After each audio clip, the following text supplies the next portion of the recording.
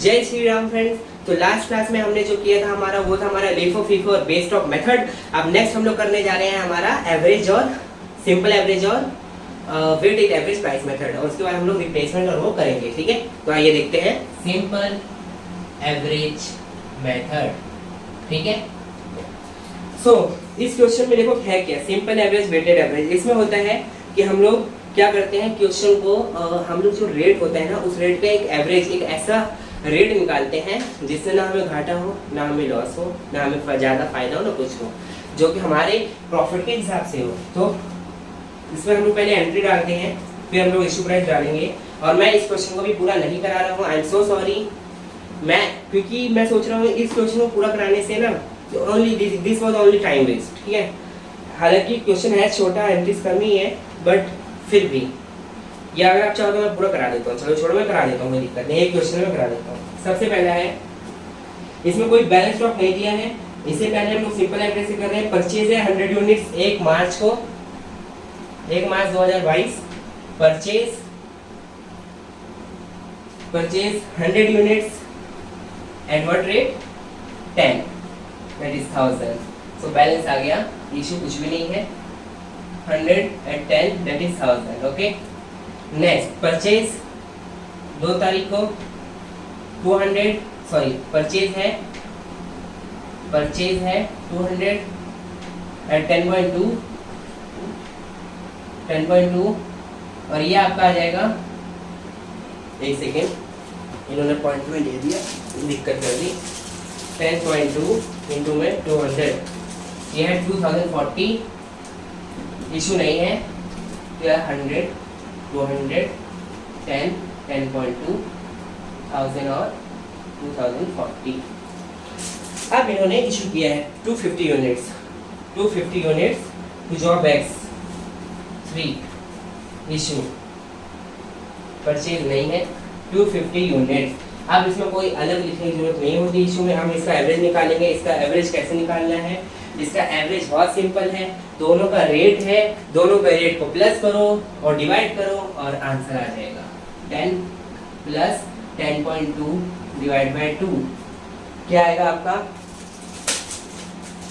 10 plus 10.2 divide by 2 that is 10.1।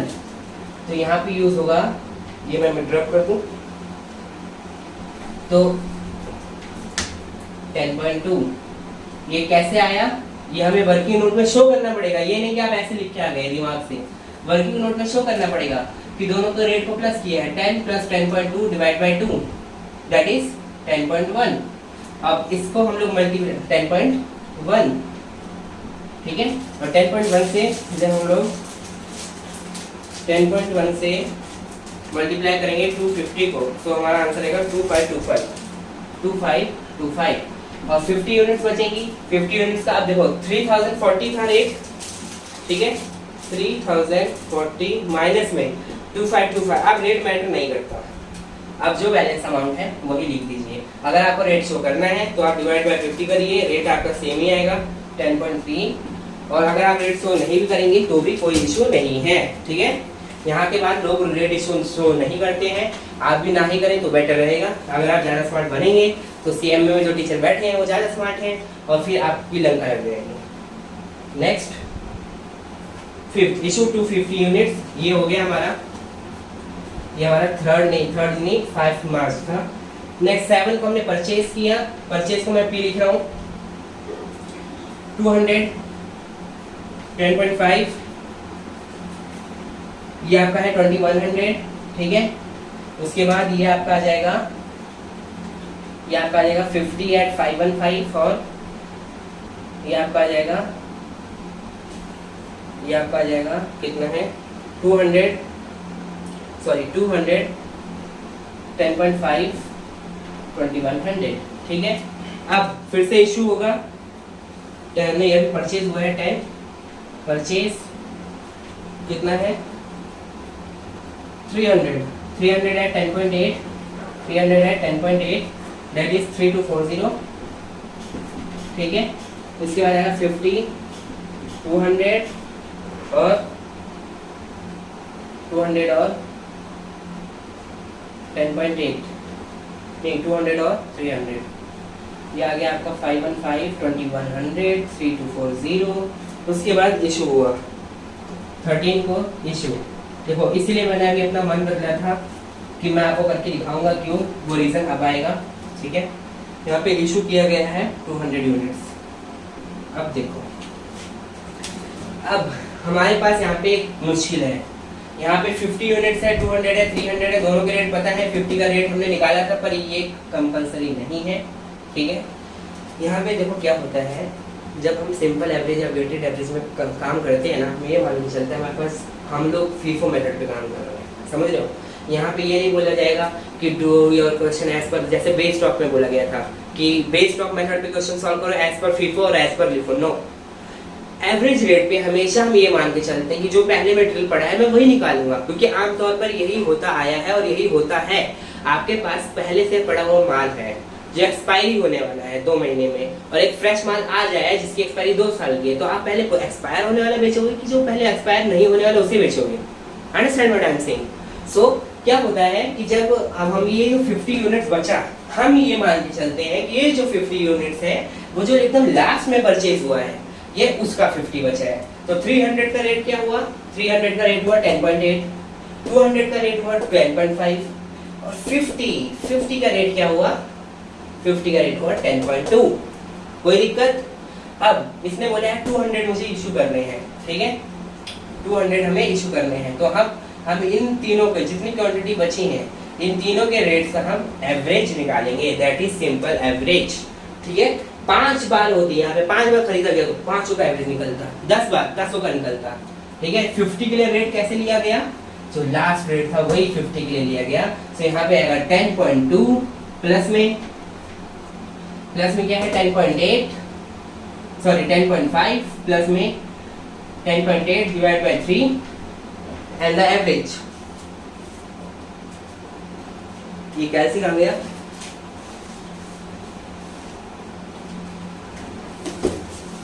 या कैसे 10.2 plus 10.5 plus 10.8 divide by 3 that is 10.5। और 10.5 से जब 200 मल्टीप्लाई होगा आंसर इज 2100। और उसके बाद हम लोग इसे टोटल में भी लिख सकते हैं। ठीक है, हम लोग इसे टोटल में भी लिख सकते हैं। 550 था, इसमें 200 चला गया, अभी बचा 350। 350 का रेट कितना बचा, टोटल अमाउंट क्या था 3240 प्लस 2100 515 माइनस में 2100, फाइनल अमाउंट बचा 375 करेक्ट। नेक्स्ट एंट्री करते हैं, फटाफट क्वेश्चन को कंप्लीट करेंगे। यहाँ पर 13th हो गया, फिर 18th इशू 200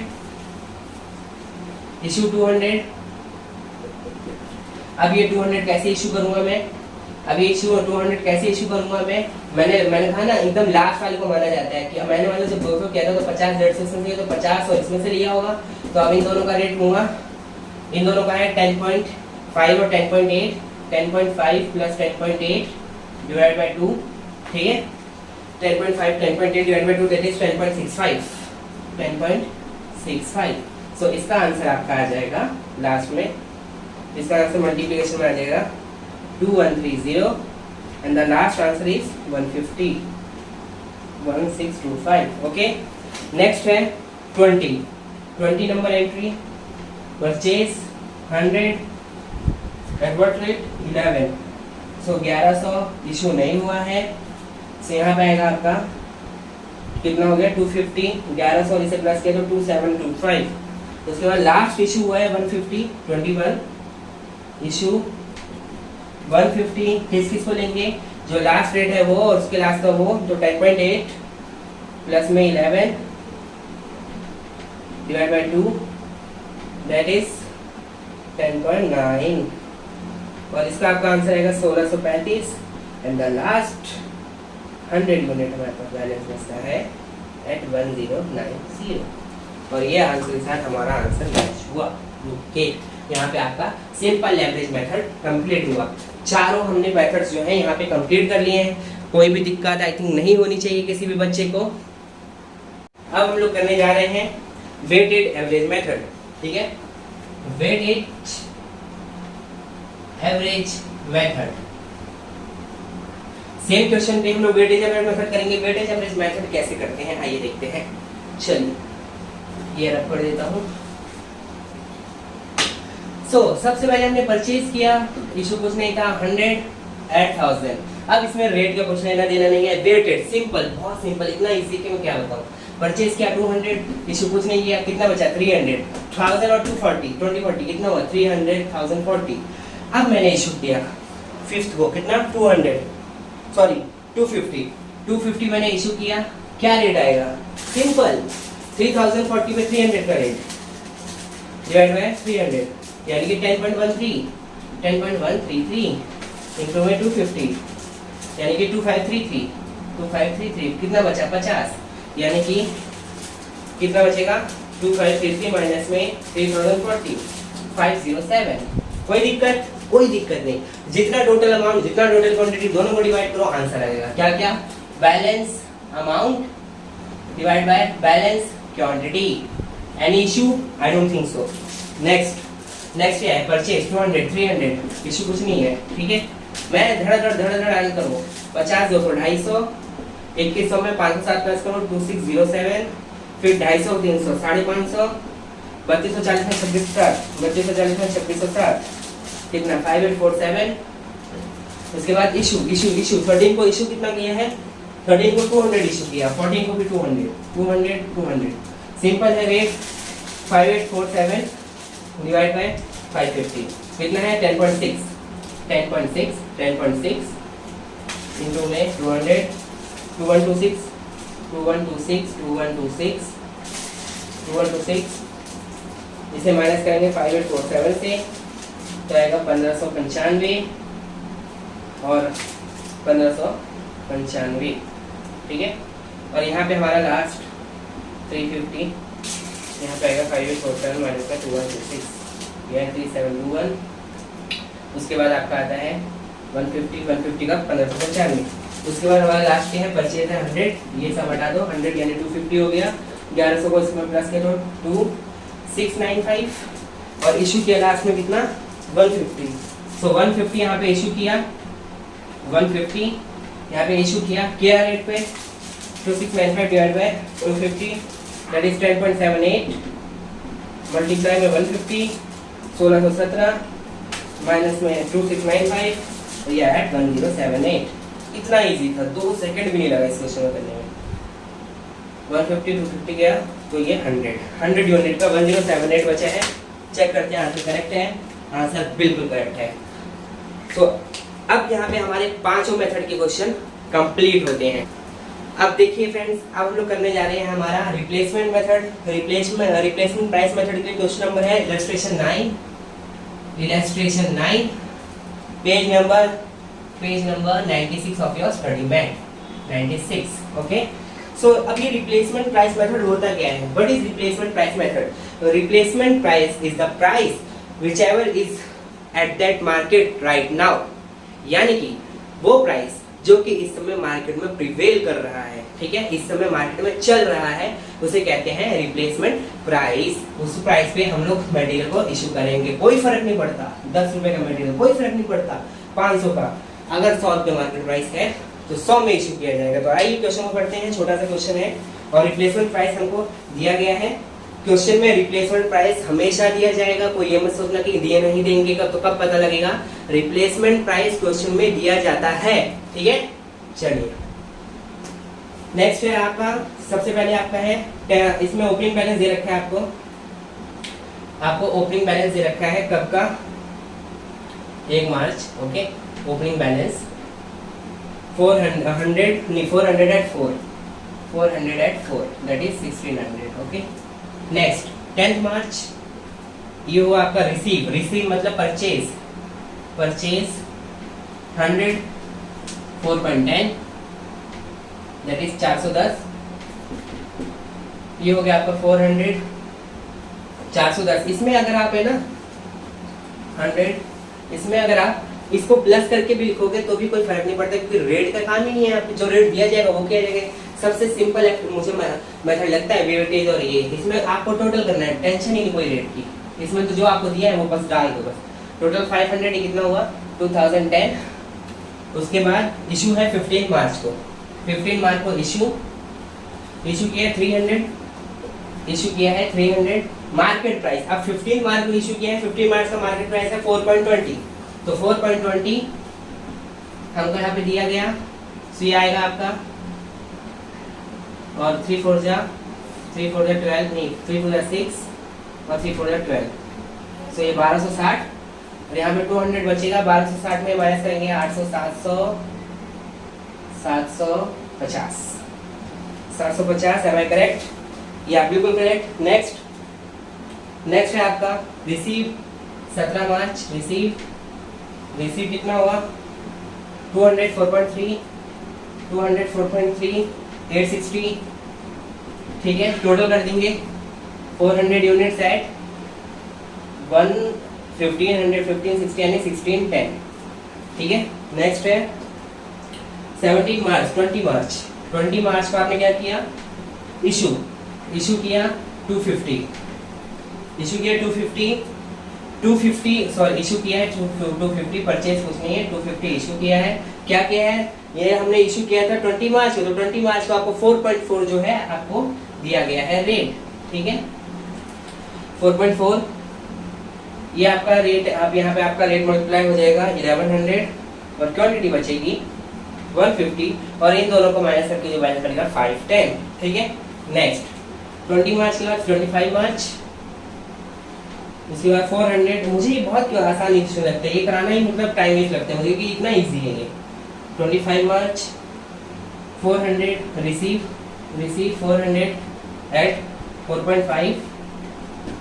4.5 यानी कि ये आपका हो गया 1800। उसके बाद इसका कुछ नहीं है, और ये आ गया आपका 550 एट, ये आपका 510 था, 510 उसमें प्लस किया यानी 2310। नेक्स्ट आपका इशू कब हुआ 26 को, 26 मार्च इशू, रिसीव कुछ नहीं, इशू क्या है 200, तो 200 हमने इशू किया, इशू रेट है 4.6, तो ये आ गया आपका 920, और ये टोटल आ गया आपका 200 4.6, ये हो गया 920, और ये लास्ट में आपका बैलेंस बचेगा 350, और ये हम उसमें से माइनस करेंगे तो आएगा आपका 1390। यहाँ के रेट हमने कुछ नहीं भरे हैं। नेक्स्ट 27 मार्च, और उसके बाद आपका है रिसीव 100 एट 4.6 यानी 460, ये आ गया आपका 100 यानी कि 450, 460 को इसमें प्लस करेंगे यानी कि 1450 और 1850। उसके बाद लास्ट एंट्री 38 मार्च को इशू किया है 300, 30 मार्च का रेट है 4.8, और ये आपका हो गया 1440 and the last quantity remains 150 at 410। so यहाँ पे रिप्लेसमेंट प्राइस मेथड भी कंप्लीट। रिप्लेसमेंट प्राइस मेथड आपने देख लिया, मार्केट में जो प्राइस आपको ऑलरेडी क्वेश्चन में गिवन है, बस पुट करना है, कैलकुलेट करना है, खत्म। फॉर्मेट है, कैलकुलेशन है, रेट है, बस मेरी तरह ऐसे टेपना है और कुछ नहीं करना, सिर्फ लिखना है। रिप्लेसमेंट प्राइस मेथड यहाँ पे कंप्लीट होता है, ठीक है। रिप्लेसमेंट प्राइस मेथड यहाँ पे कंप्लीट हो गया। अब हम लोग रिप्लेसमेंट के बाद अपना last elements of cost materials, elements of cost यानी मटेरियल चैप्टर का एकदम लास्ट टॉपिक अब हम लोग आज कर रहे हैं। इसके बाद हम लोग चलेंगे लेबर पे, मटेरियल का आज क्लास खत्म हो जाएगा।